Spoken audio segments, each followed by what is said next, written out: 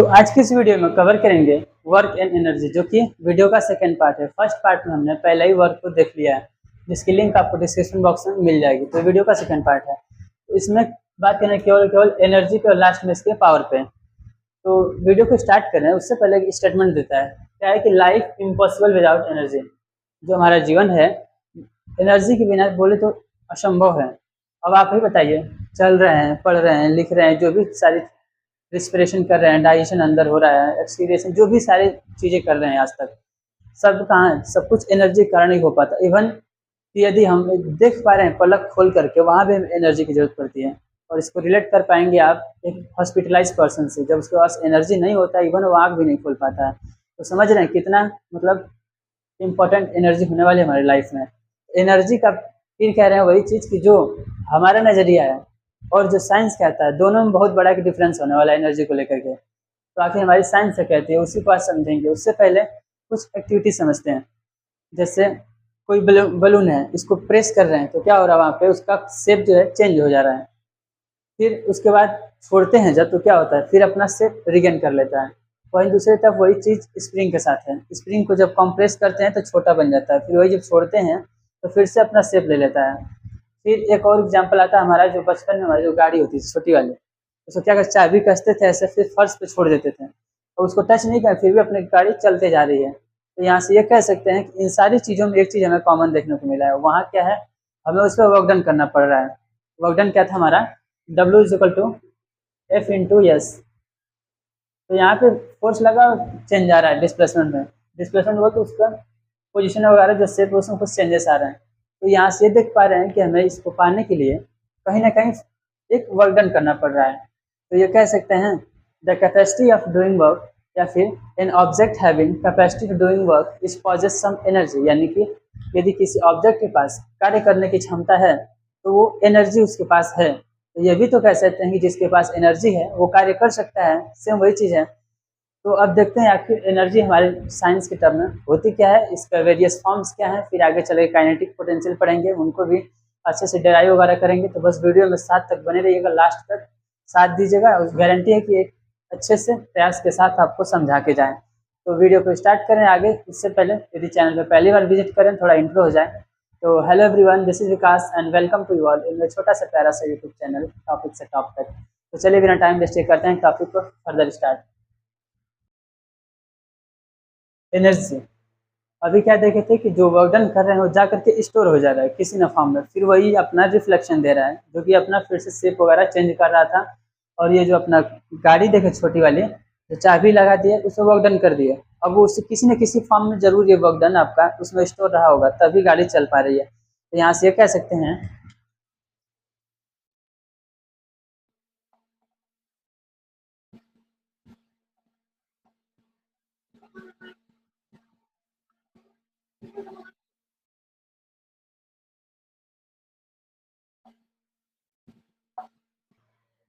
तो क्या है कि an object having capacity to doing work is possess some energy. यानी कि जिस ऑब्जेक्ट के पास कार्य करने की क्षमता है तो उसके पास एनर्जी है। सेम वही बोल सकते हैं, जिसके पास एनर्जी है वो कार्य कर सकता है। इसको आगे बढ़ाते हैं तो ये कहेंगे कि energy neither be created nor be destroy. यानी कि एनर्जी को ना ही बनाया जा सकता है और ना ही खत्म किया जा सकता है। तो फिर होता क्या है, तो बोलेंगे it convert from one form to another form. यानी कि एक फॉर्म से दूसरे फॉर्म में कन्वर्ट होती है, और इसके वेरियस फॉर्म्स को इसके आगे वाले स्लाइड में देखेंगे।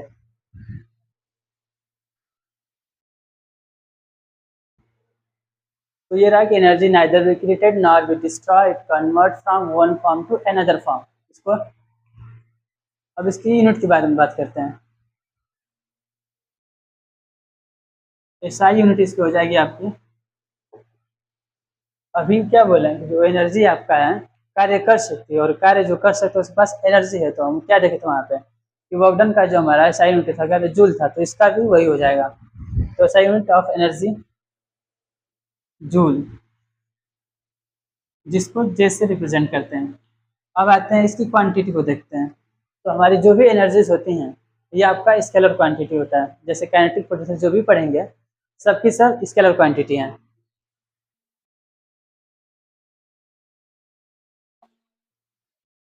इतना पहले आप नोट डाउन कर लीजिए, फिर इसके आगे देखेंगे various forms of energy.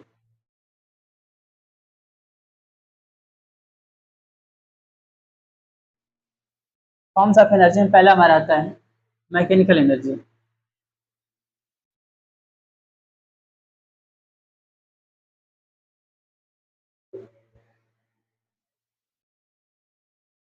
Heat energy, chemical energy, then light energy, sound, then आपका न्यूक्लियर एनर्जी। जो प्रेस होता है आपका आयरन, उसमें क्या होता है, आयरन केस में यदि देखें तो इसको इलेक्ट्रिसिटी देते हैं, तो यहाँ से ये कह सकते हैं कि it convert electrical to heat energy. Heat होता है तभी तो उनको अपना प्रेस कर पाते हैं, तो यहाँ से कहेंगे जो आयरन में heat energy, electrical energy heat में कन्वर्ट होती है।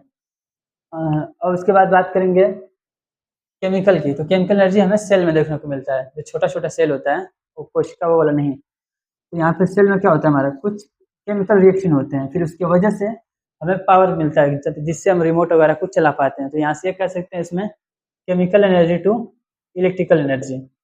फिर और कुछ देखें आपका न्यूक्लियर, तो थोड़ा कम्प्लीकेटेड टॉपिक है, न्यूक्लियर पावर प्लांट वहाँ पे यूज़ किया जाता है इनको। फिर आ गया हमारा मैकेनिकल, मैकेनिकल में हमको फर्दर आगे पढ़ेंगे potential energy and kinetic energy, और बेसिकली यही हमारा नेक्स्ट टॉपिक होने वाला है। अब उसके बाद आते हैं कुछ और एग्जाम्पल डेली लाइफ से। आप बताइए पवन चक्की, जो विंड मिल बोलते हैं, वहाँ पे क्या होता है, अब ये नहीं बोलेंगे air to convert electrical energy, वहाँ पे मैकेनिकल एनर्जी ही बोलेंगे, क्योंकि मैकेनिकल अभी आगे पढ़ने वाले हैं। तो जो विंड पावर प्लांट होता है, विंड जो होता है विंड मिल, वहाँ पे हमारा mechanical energy to electrical energy बनता है। अब ये बनता कैसे है, थोड़ा सा अलग पॉइंट है लेकिन आपको बता दे रहे हैं। कुछ इस प्रकार आपका टावर होता है इसका, इधर आपका फैन लगा होता है, तो ये जो फैन है इसको एयर रोटेट करेगा, यहाँ से नीचे इसमें चैन गया होता है, नीचे आपका डायनमो होता है, डायनमो काम होता है mechanical energy to electrical energy convert करना। तो यहाँ से ये चैन से चलता हुआ रहता है, इसको रोटेट करता है, यहाँ से फिर हमें मिलता है इलेक्ट्रिकल एनर्जी, इसको जनरेटर में फर्दर बैटरीज वगैरह में अलग इस दूसरे हाउस में इसको स्टोर कर लेते हैं। तो ये हमारा टॉपिक नहीं है मतलब। तो यहाँ से हम देख ले वेरियस फॉर्म्स ऑफ एनर्जी, तो energy neither be created nor be destroy. तो चलते हैं अब आगे काइनेटिक एनर्जी की तरफ। काइनेटिक एनर्जी को स्टार्ट करें उससे पहले हमारी एनसीईआरटी में एक छोटी सी एक्टिविटी दी गई है, यदि होगा तो सामने आप प्लीज इसको निकाल लीजिएगा। तो आइए देखते हैं क्या कहती है। So let focus here. कुछ आपका इस प्रकार एक एक्टिविटी दी है, वो कहता है कि इसमें एक छोटा सा गाड़ी लेंगे, गाड़ी बोल तो जिसमें कुछ व्हील लगा होगा, इसमें बोल रहा है कि इधर से आप फोर्स लगाइए। उससे पहले यहाँ पे एक ब्रेकर आपको लगा ताकि पीछे न चली जाए, यहाँ पे आपको ब्रेकर दिया है, एंड फर्दर यहाँ पे भी आपको एक ब्रेकर थोड़ा सा मिल जाएगा। तो क्या कह रहा है कि यहाँ पे अभी इसको फोर्स लगाएंगे इधर से। अब ये फोर्स लगा कैसे रहे हैं, हाथ से नहीं लगाएंगे, यहाँ पे इधर थोड़ा देखेंगे तो तराजू टाइप का कुछ आपका बना है, इस पे एक मास रखे हैं, समथिंग कुछ इतना बड़ा एक्स अमाउंट का एक मास रख रहे हैं। तो क्या होगा, इसमें मास रखेंगे थोड़ा सा नीचे झुकेगा, जब नीचे झुकेगा तो थ्रेड इसको आगे लेकर आएगा। तो इधर से ऑलरेडी ये बोले तो यहाँ से एक थीटा डिग्री पे आपको फोर्स लग रहा है, जब फोर्स लगेगा डिस्प्लेसमेंट होगा। तो यहाँ से एक मास रखे, गाड़ी कुछ आगे आई, फिर थोड़ा सा और मास रखें, ये बेसिकली आपका मास नहीं, आपको ब्लॉक है एक छोटा सा, वो तो कुछ लकड़ी का टुकड़ा है, फिर इसका मास और बढ़ाएं तो क्या होगा, हमारा थोड़ा सा और आगे आएगी। फिर ऐसे ही फर्दर मास बढ़ाते जाएं तो एक ऐसा लिमिट आएगा कि गाड़ी पूरा हिट कर देगी इसको, और ब्लॉक क्या होगा हमारा नीचे आ जाएगा।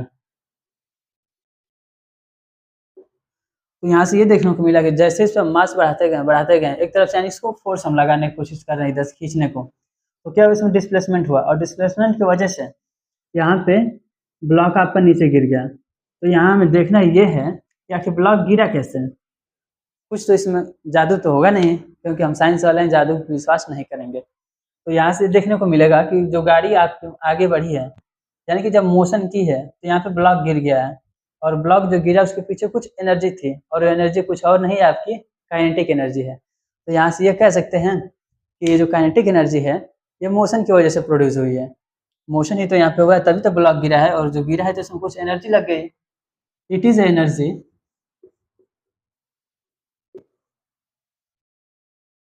Due to motion of an object,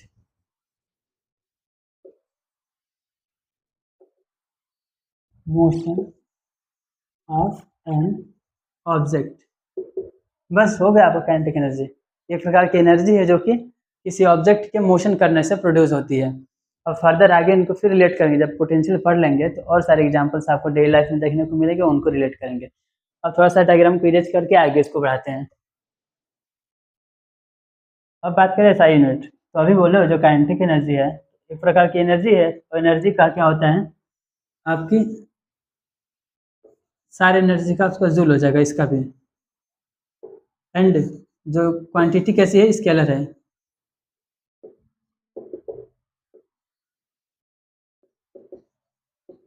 अब आता है इसके फार्मूला पे, तो इसको काइनेटिक एनर्जी को के से रिप्रेजेंट कर रहे हैं। उसका जो फार्मूला होता है आता है आपका हाफ एम वी का स्क्वायर। ये रहा आपका काइनेटिक एनर्जी का फार्मूला। अब इसको निकालते कैसे हैं, इसको भी निकालने की बिल्कुल बेसिक्स है, जो भी एक आसान सा तरीका होगा उससे निकालने की कोशिश करेंगे और गारंटी आपको समझ में आएगा। तो अब चलते हैं आगे, इसको निकालते कैसे हैं। तो अभी बात किए हैं कि वर्क डन किए थे, यानी कि उसमें मास रखे थे तो उसमें मोशन आया, मोशन की वजह से ब्लॉक गिर गया और इसको बोलेंगे काइनेटिक एनर्जी। तो यहाँ से ये कह सकते हैं late m is the mass of object। m कोई मास का ऑब्जेक्ट है। फिर दूसरा बोल रहा है point, there is a displacement.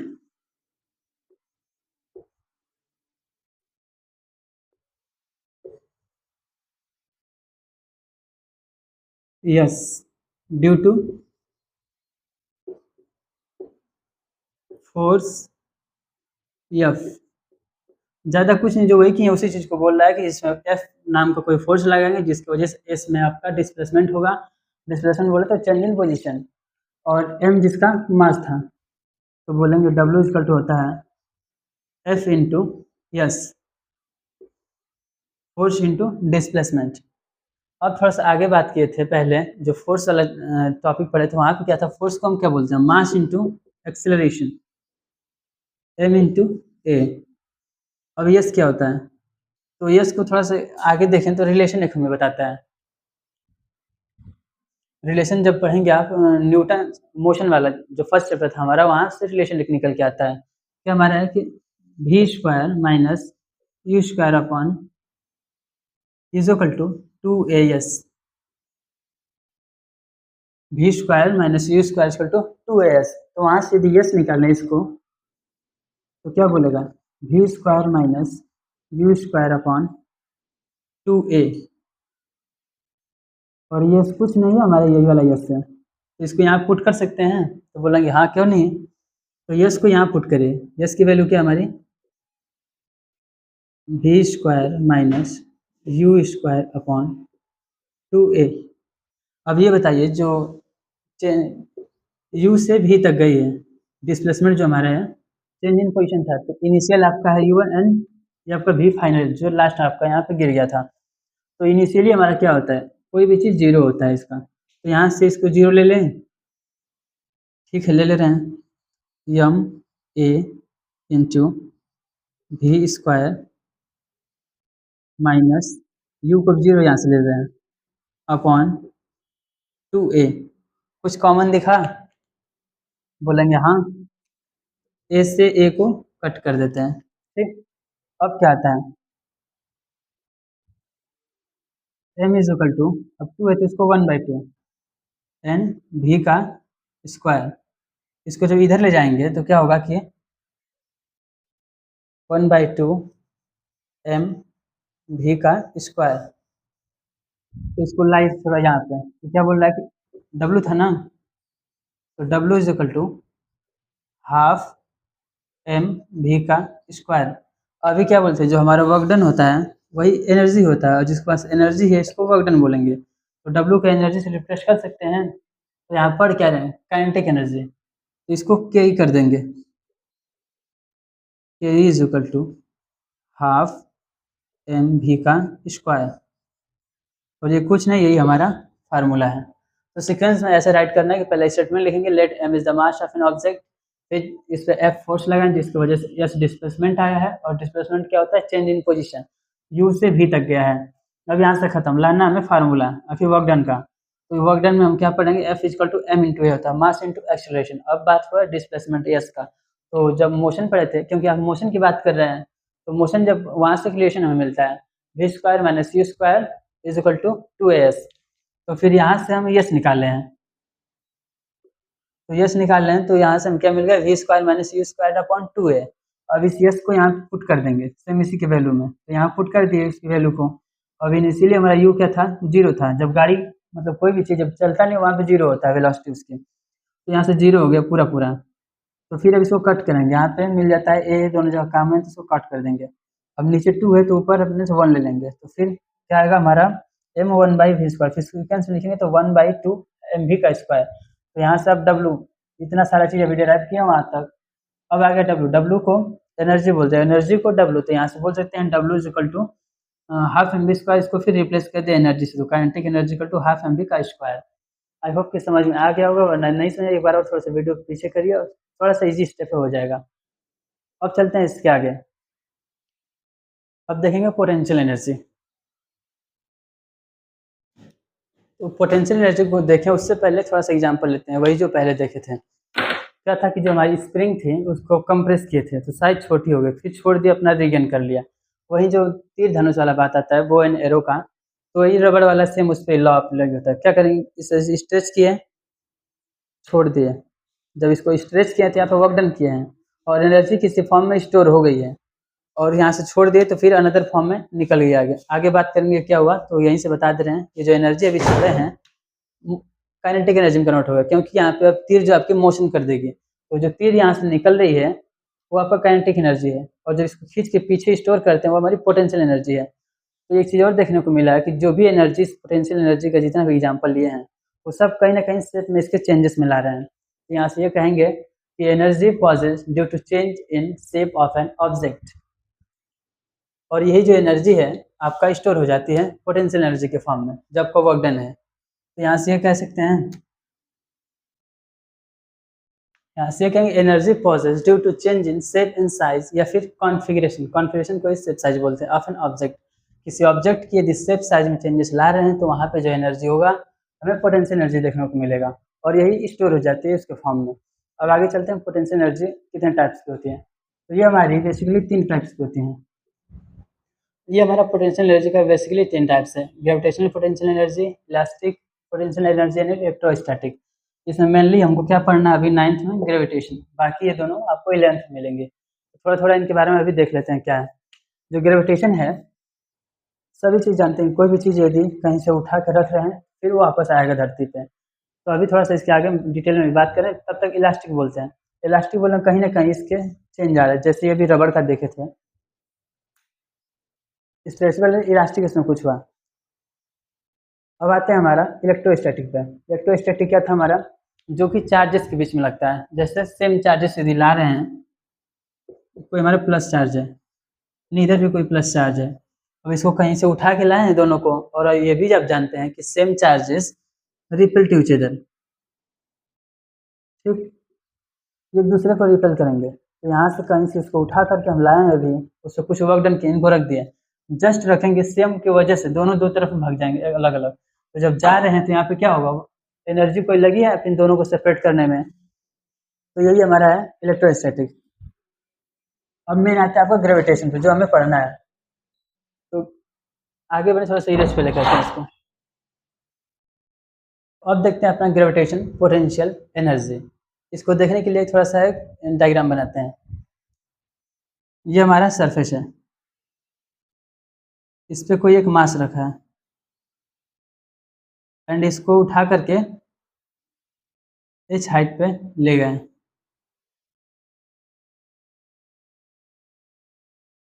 यहाँ से ये चीज़ देखने को मिलेगा, जब इसको ले गए यहाँ तक तो वर्क डन करना पड़ा कुछ, आखिर उठा रहे हैं यहाँ से तो फोर्स लग रहा है और डिस्प्लेसमेंट आ रहा है इसमें चेंजेस, तो यहाँ बोलेंगे वर्क डन हुआ। वर्क डन करके इसको हम कहाँ ला दिए, वर्क डन करके इसको कुछ एच हाइट पे ला दिए यहाँ पे, अब बोलेंगे कोई भी ऑब्जेक्ट जब ऊपर गया है तो अभी बोले ना कि वर्क डन करेंगे तो एनर्जी आएगा, एनर्जी दूसरे फॉर्म में स्टोर हो जाती है। तो यही जो नीचे अपना ले गए हैं इसको, अब एक पोटेंशियल एनर्जी में स्टोर हो गया। अब इसको mg लगाएंगे, ग्रेविटी अपने तरफ खींचना चाहेगी और जब नीचे आएगी तो यहाँ पे मैकेनिकल उसमें काइनेटिक एनर्जी में कन्वर्ट हो जाएगा, यानी कि नीचे आने लगेगा। तो अभी मेन फोकस हमारा यहाँ है कि इसको ऑब्जेक्ट को उठाए ऊपर ले गए कुछ h हाइट पे ले जाने के बाद हमें वर्क डन करना पड़ा। अब यहीं से आगे की कहानी समझते हैं। तो यहाँ से वर्क डन हमारा होता है F इंटू एस। फोर्स को हम क्या देखेंगे, इस पर क्या हो रहा है, अगेंस्ट ग्रेविटी काम कर रहे हैं ना, mg बोल देंगे यहाँ पे। जब बात करते हैं अगेंस्ट ग्रेविटी पे तो वहाँ का हमारा फार्मूला क्या था फोर्स का, फोर्स ड्यू टू ग्रेविटी में F इजकल टू mg। ये वहाँ से हटा देंगे क्योंकि एक्सेलरेशन ड्यू टू ग्रेविटी यहाँ हो गया है। यहाँ से फोर्स को लिखेंगे mg एंड डिस्प्लेसमेंट जो चेंज हुआ है यहाँ पे, अब हाइट में कुछ चेंज हुआ है तो यहाँ से s को रिप्लेस कर सकते हैं h से, ठीक है। तो यहाँ पे W is equal to mg। m हमारा क्या है, m is the mass of object. g की बात करें तो हमारा एक्सेलरेशन ड्यू टू ग्रेविटी। वही नेक्स्ट हमारी h क्या है, height, height of the object from the ground.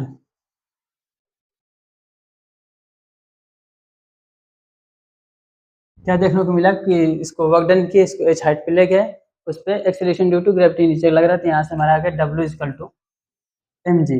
अब एक बात क्या है कि वर्क जो होता है वर्क डन हमारा एनर्जी में स्टोर होता है और जिसके पास एनर्जी होता है वर्क डन कर सकता है। तो यहाँ से इसको W का एनर्जी लिख सकते हैं, एनर्जी क्या पढ़े, पोटेंशियल एनर्जी। तो इसको P से रिप्लेस, इसको पहले एनर्जी से रिप्लेस करेंगे,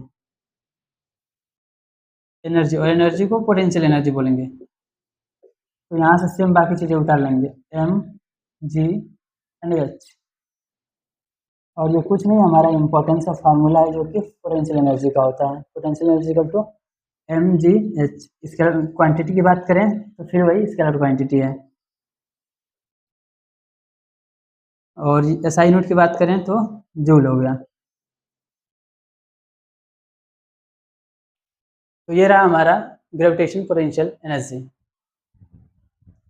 वीडियो को पॉज करके नोट डाउन कर लिए, फिर आगे चलते हैं अपना पावर की तरफ।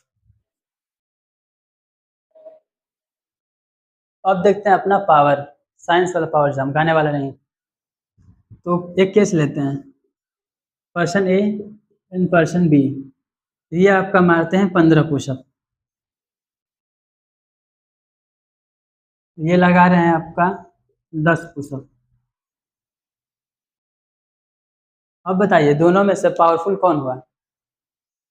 तो मोस्ट ऑफ द लोगों का आंसर आ रहा होगा ये वाला, क्योंकि 15 पुशअप लगा रहा है और ये लगा रहे हैं आपका 10 पुशअप, जो कि गलत है। तो फिर सही क्या है ये देखते हैं। हमने ये नहीं बताया कितना समय लगा, ये भी तो हो सकता है कि आपका 15 पुशअप लगाने में सुबह का शाम कर दे रहे हैं, बोले तो 7-8 घंटा लगा दे रहे हैं, खैर इतना कोई लगाता नहीं है। और ये अपना 10 पुशअप बेचारा 20 मिनट में कर लेता है। अब बताइए कौन ज़्यादा पावरफुल हुआ।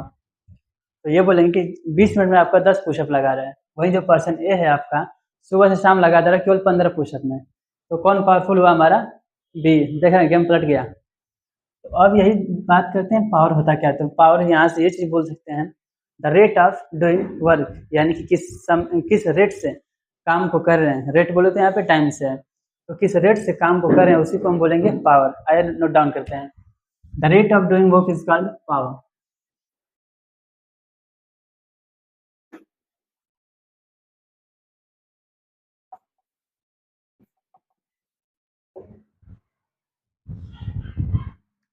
जिसको रिप्रेजेंट करते हैं पी से। अब आगे चलते हैं। अभी क्या था हमारा जो वर्क है विथ रिस्पेक्ट टू टाइम, तो यहाँ से ये कह सकते हैं कि power is equal to work done, work upon time.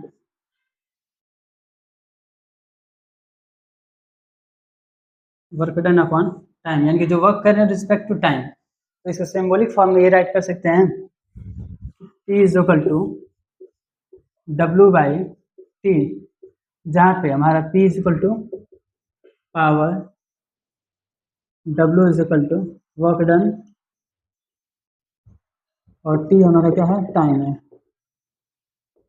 अब इसका ऐसा यूनिट निकालते हैं। पहले यूनिट निकालेंगे, क्या हमारा W equal to work done क्या था हमारा, बोलेंगे जूल। तो यहाँ से हमारा क्या आ जाएगा, जूल, और टाइम क्या बोलते हैं, सेकंड में। तो यहाँ से क्या, जूल पर सेकंड। अब इसका जो एसआई यूनिट होता है उसको वाट बोलते हैं।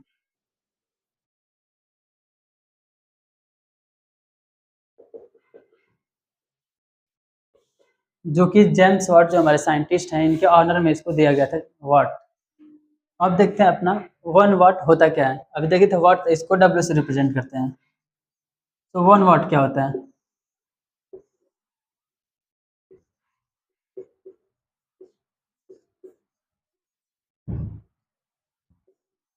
1 वाट को बोल सकते हैं कि जब 1 जूल काम करेंगे 1 सेकंड के लिए, या फिर जब 1 जूल एनर्जी आपकी किसी काम को करने में कंज्यूम हो रही है और 1 सेकंड के लिए, तो वहाँ पे बोलेंगे 1 वाट हो गया आपका।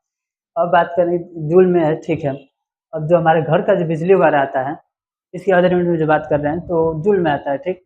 जूल हमारे बहुत ही एक ऐसा यूनिट की बात जब बात कर रहे हैं जो यूनिट में है तो बहुत छोटा छोटा हो जाएगा, और हम चलाते कितना है, महीनों भर बिजली चलाते रहते हैं घर में।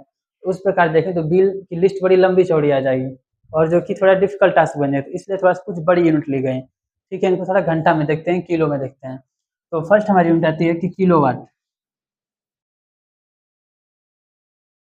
जिसको के डब्ल्यू से रिप्रेजेंट करते हैं,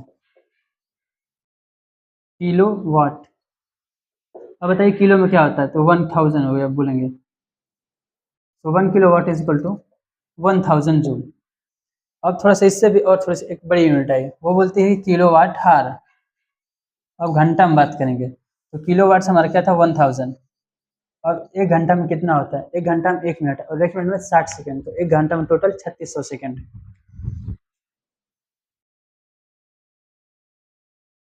तो 36 × 10⁻⁶ यानी कि 36 लाख। हमारा 1 kilowatt is equal to 36 lakh. अब आते हैं थोड़ा सा एक और यूनिट होती है जिसको आर्स पावर बोलते हैं, हाथ पावर नहीं, हर्स पावर, अश्वशक्ति। तो 1 HP बोले तो horsepower is equal to कितना होता है, तो आपका होता है 746 वाट।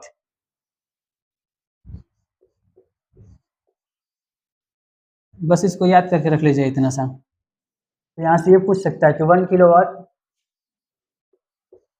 वाट hour is equal to 36 lakh.